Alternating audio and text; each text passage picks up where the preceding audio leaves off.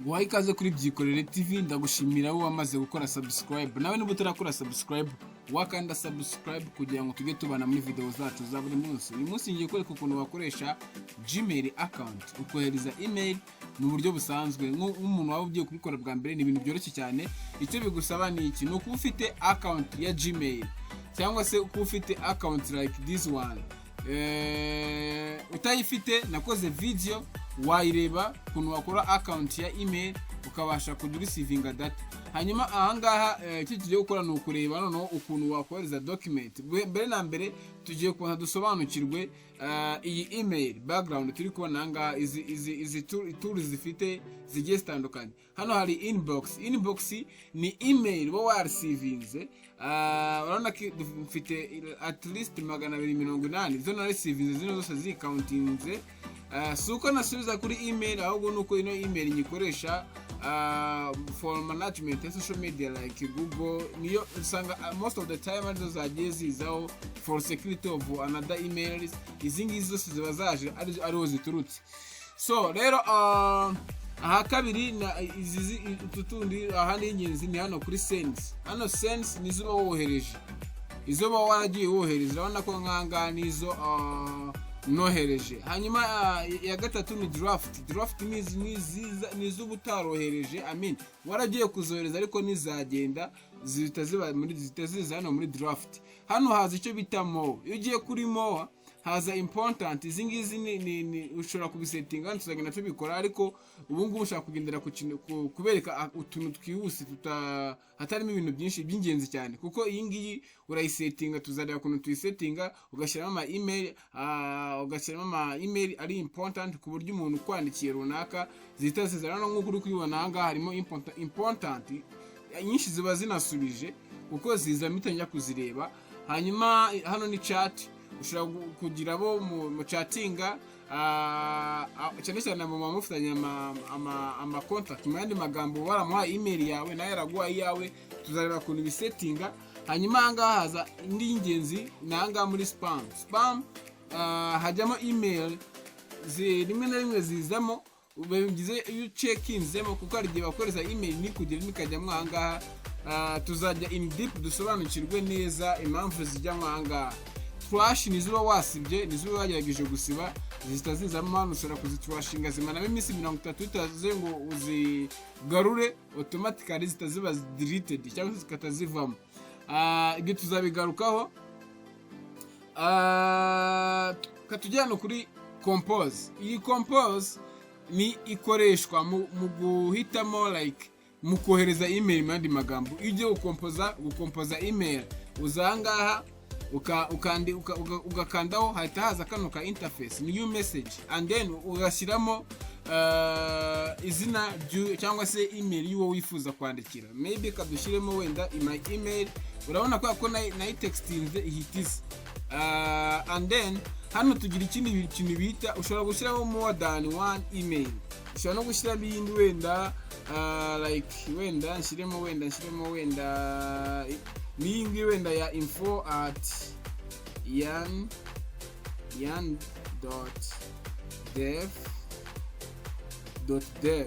gutya. Ningi ukabishyizemo. Iyi nindi email nkoresha. Hanyuma ahangaha iyo umaze kuzisettinga zose, hano harimo akantu kitwa ushobora gushyira more than one. Ushobora gushyiraho more than 100 email. Urumva ko washyira ama email menshi. Ufite na list ushobora kukopiya ukaza ugapestingamo hano. As long as wayushyiramo kamamo hagati yazo bihita bigenda rwose abari sawa. Hanyuma ahangaha hari akantu kanditseho ngo copy cc. Hano hakaza na bcc.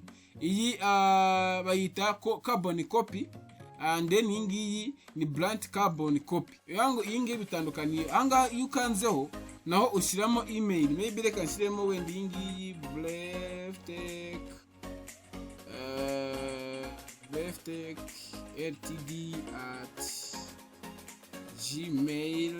ltd@gmail.com.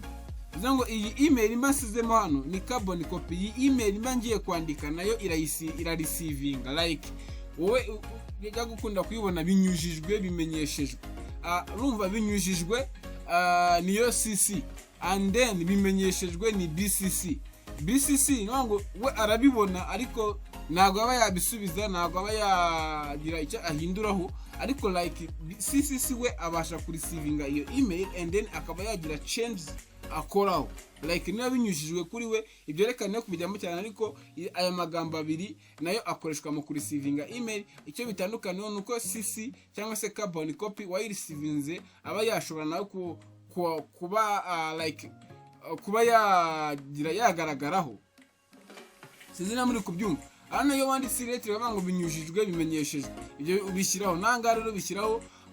Ariko icyo bitandukana no kuri email BCC nagaragara kuri receiver list.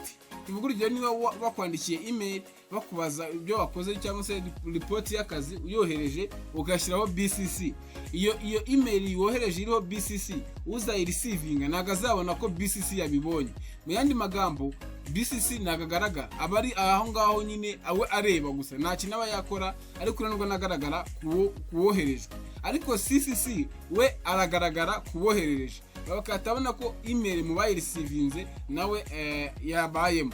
And then hano kuri subject ushyiraho title yawe. Tuvuga urugero wenda ize Byikorere TV. Ubwo wenda nanditse ko ino ari title, bivuze ngo ni email ivuye kuri Byikorere TV. Wenda ahangaha dufite utuntu tugiye dutandukanye. Hano hasi urabona hari hano formatting option, hari file attachment, ahangaha hakaza insert link, hakaza ama emoji cyangwa se ama emoji, hakaza file from drive, hakaza image, hakaza confidentiality, ugiye kohereza nk'umuntu ama password n'ibindi bintu bifite like sensitive information koresha kano. And then ukazanga ku inserting a signature, hari gihe ukenera gusinya kuri document yawe, hari n'ibindi byinshi wagenda wongeramo. So mere kuri kano kambere hano, iyo ukanzeho hano usanga utuntu tugiye dutandukanye.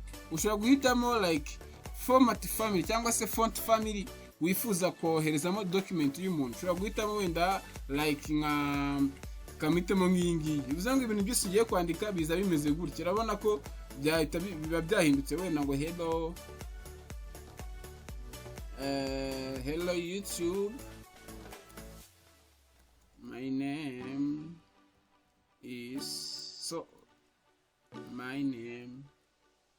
is Yannick. Urabona ngo iyo ngize gutya nkandika gutya, urabona ko bije bimeze kuri hano. Hari ukuntu hano urabona like ushobora kwifuza kubigira bold, ukanda kuri kano n'ubundi nk'ibisanzwe. Ushobora kwifuza ko biba italic, urabikora. Urabona ko changes zigenda zibaho. Urifuza gushyiraho underline, urabona ko bikunda. Urifuza like gushyiramo color, background color cyangwa se text color, urabihindura, byose birashoboka. And then ahangaha naho ushobora kwifuza alignment ya birifuza ko bitangira from left, ahangaha birajya center, and then ahangaha bira starting from right, alignment biri right. Hanyuma ibyo birangije hano hari akandi kantu wenda kaka list niko ngiye gutindaho kuri hano. And then iyo wifuza gukora list ukirikaho, wenda ukatwandikaho wenda like welcome to my YouTube channel, make sure you subscribe to Byikorere TV, Byikorere TV. And then gutyo uko ugenda wandika bigenda bizaho. Ushobora gushyira wenda akavuga ati and like my video, share my video yes, and comment if you have problem, let me know.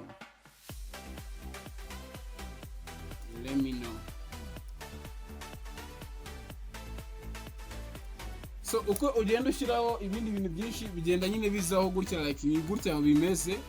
And then urabona ko email yanjye ndi kuyandika, and then ndifuza no kwadingamo attachment cyangwa se document. Iyo ukiritseho hano, iyo uje ahangaha ukirika hano kuri attachment guhitishamo file urifuza wenda kohereza video like izi ziri nuza zigiye zitandukanye ona file ziba yagwaye ahangaha ushobora no guselecting ukaza ukavuga ati wenda nkeneye ko yazamo izi report nibi byose bikagenderamo iyo uselectinze gutya and then ukagira gutya ubona ko disk barakubwiye ngo storage yawe harimo files zifite like 25 megabyte iyo zirenga uzinyuza kuri file birabe tuzabirebaho ariko wenda ahangaha kabise nkushiraho like iyi photo like kandere file niyo beta ndeka shiraho ngiyi ngiyi and then file yanjye ndayuploadinga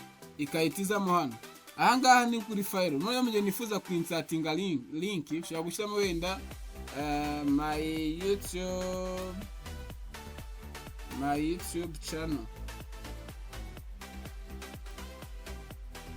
YouTube channel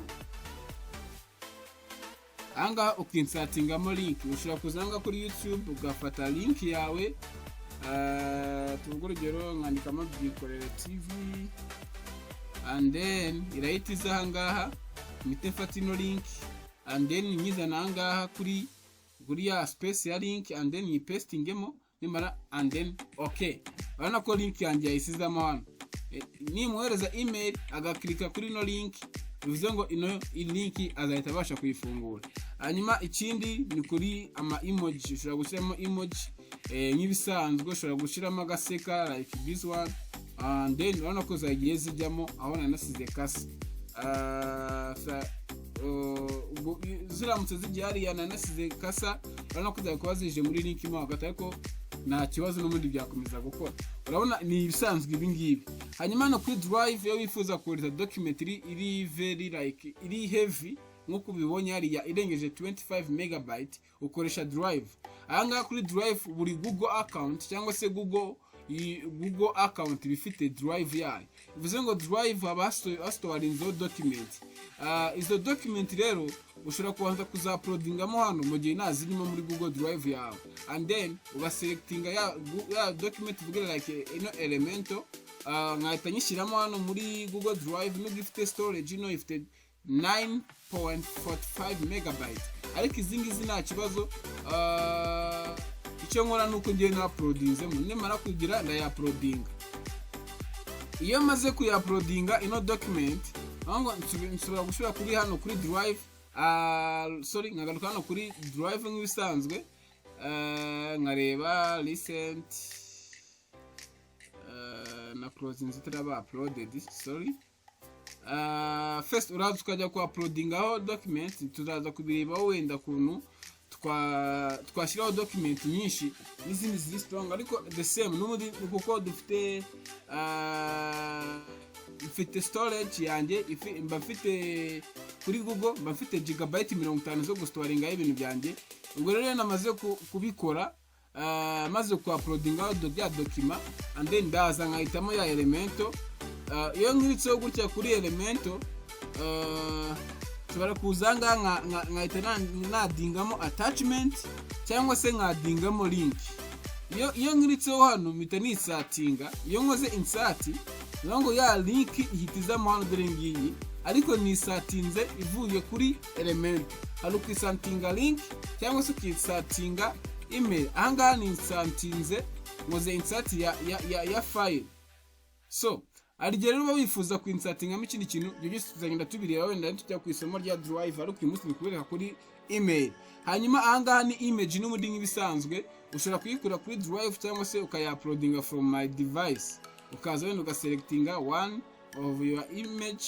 warangiza kuyiselectinga and then ukayitizamo hano urabona ko yagezemo hanyuma hano hakazamo bya confidentiality tuzabigarukaho basically ziri basic warukeneye kumenya ubu nona rero ibindi kuri Google and then nanyito kubikora bita ukora send iyo sendinze ihita ikubwira this to fix abana nk'iyi document nayinohereje ifite issue kuko ni document ifitemo amakode kandi Google nagire yemera kohereza ibintu by'amakode kuri Gmail wenda ko sina nakanotinze ari nakavuzeho ariko iyo wohereje document ifitemo code like code ifite ibintu nk'ibyo ngibyo hari gihita byemera, bisaba ko ukoresha izindi nzira. Ndaje nyibereke iyo bita with transfer, niyo tugiye gukoresha kugira ngo tujye dusharinga code, kuko gutya ntabwo zishobora kugenda kuri Gmail cyangwa se kuri Google, ntabwo wakoherezaho code ngo zikunde,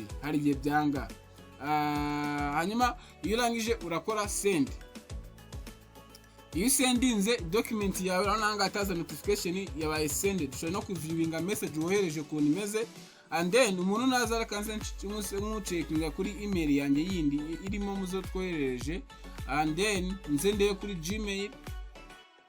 Urabona ko ya email namaze kuyireceiving, wayibonye ukuntu imeze. Hanyuma urabona ko ya email nyireceiving nshobora kuba nafungura ya link yawe nkajya kureba ngasanga ni video wari wohereje. Ni link wari wohereje wenda yo kuri YouTube, nkareba n'izindi zose waba wohereje nkazibona. Hanyuma ni gutyo ubikoresha email yawe, ukayikoresha ukayibyaza umusaruro, ukabasha kuyikoresha nka chat, kuko professionalism cyangwa se kubikoresha kinyamwuga. Abantu benshi bakoresha email, ushobora kunyandikira kuri WhatsApp singusubize, ariko wanyandikira kuri email nihutira kugusubiza. Rero kubikora biroroshye, nawe wabikora mu buryo bworoshye, mu buryo bwo mu kazi, yaba ku giti cyawe personal cyangwa se ku buryo bwa business. Ibyo byose email yoroshya akazi kandi irizewe cyane mu gutransfer data ndetse na security yayo iri very high kuruta iyindi platform yose wakoresha. Murakoze cyane.